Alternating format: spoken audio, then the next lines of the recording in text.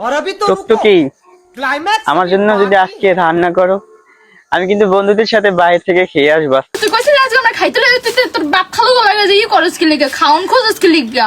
তুই তো ঘরে ওরকম কিছুই রান্ধস না, রান্নাও মজা লাগে না।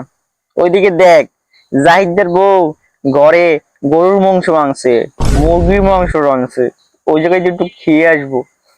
আমি ঘর বেটা ভাতটা খাবো, তুমি যে গরু গোস খাও মরে তোরে আমি। ওইদিকে তুই দেখস নাই যে জাহিদদের যে হালিটা আছে সুন্দর করে, ওরে মোরে এক সের ভালো পায়, মনে হয় তোমার আদর যত্ন করে বাইরে বাইরে খাওয়াইবে। এখন না গেলে তো হয়ই না বেটা। যাইতে দেব না আমি।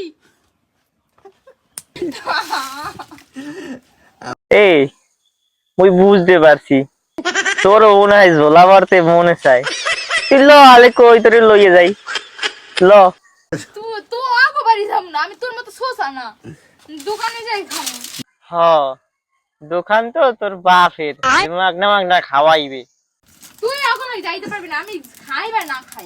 আরে দেরি, তুই জানো না এই মাগনা খাওন ছাড়ি না, আর মোর ঝোলায় খুব টান লাগছে, মোর না গেলে হবে না। দেখছো তুই যাবি?